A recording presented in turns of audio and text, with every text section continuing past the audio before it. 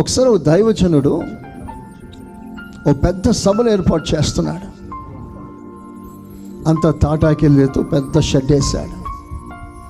ఉదయం సాయంకాలం కన్వెన్షన్ జరగబోతుంది. 1000 మంది వస్తారు. ఓ పెద్ద భారీ ఎత్తున స్టేజ్ వేశాడు. రేపు మీటింగ్స్, ఈరోజు పెద్ద వర్షం, పెద్ద గాలి, చాలా పెద్దగా షెడ్ వేస్తే, ఇంచుమించు ఒక 10,000 మంది కూర్చున్న పెద్ద షెడ్ వేస్తే గాలికి మొత్తం కొట్టుకుపోయింది. ఒక్క తాటాకి లేదు బిల్డింగ్ పైన, ఆ షెడ్ పైన. ఇప్పుడు నిలువ నీడలేదు. రేపు మీటింగ్ ఎలా జరగాలి? దైవజనుడు లోనికి వెళ్ళి బాగా ఏడుస్తున్నాడు. ఎందుకు ఇట్లా అయింది ప్రభా, ఎందుకు ఇట్లా అయింది? వాళ్ళు వెంటనే దేవుడు మాట్లాడుతుంటే, ప్రభా నువ్వు ఏది చేసినా మంచి చేస్తావు, నువ్వు ఎప్పుడు నాకు కీడు చేయవు, నీకు స్తోత్రాలయ్యా స్తోత్రాలయ్యా అనుకుంటా ఉన్నారు. మాట్లాడే వాళ్ళందరూ మాట్లాడుతున్నారు. ఎందుకు షెడ్ లేసిపోయిందంటావు? పరిశీలన సర్దికలు ఎప్పుడు మన చుట్టూ ఉంటారు. స్తోత్రం. ఏది జరిగినా ఎందుకు జరిగింది తెలుసా నీకు అనేవాళ్ళు ఉంటారు.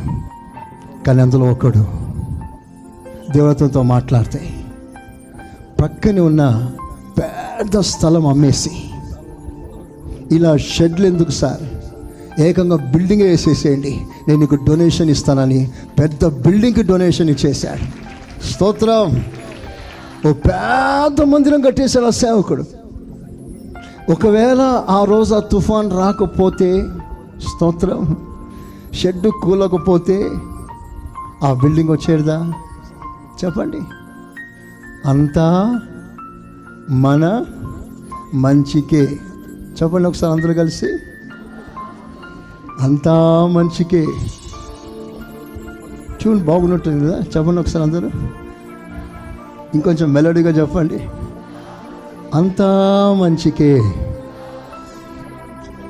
దైవజనులు యేసన్న గారి సంగతి మీకు అందరికి తెలుసు. లేమల్లలో చిన్న షెడ్, ఆ షెడ్డే ప్రభుని ఆరాధన చేసే సమయం, స్థలం. కానీ ఒకరోజు ఆదివారం తెల్లవారుజామున రేకులు ఎక్కడికో లేచిపోయింది. ఆరాధన చేయడానికి స్థలం లేదు. చాలా ఇబ్బందికరమైన పరిస్థితి. వర్షంలో తడుస్తూ ప్రభుని ఆరాధన చేయవలసిన పరిస్థితి సంభవించింది. అప్పుడు చుట్టుపక్కల ప్రజలు ఆ వార్త విని కుప్పలు కుప్పలుగా రావడం ప్రారంభించారు యేసన్న గారి దగ్గరికి. తొలి దశ. అప్పుడు వాళ్ళే కానుకలు సమర్పించి ఒక మంచి మందిరం కట్టించారు.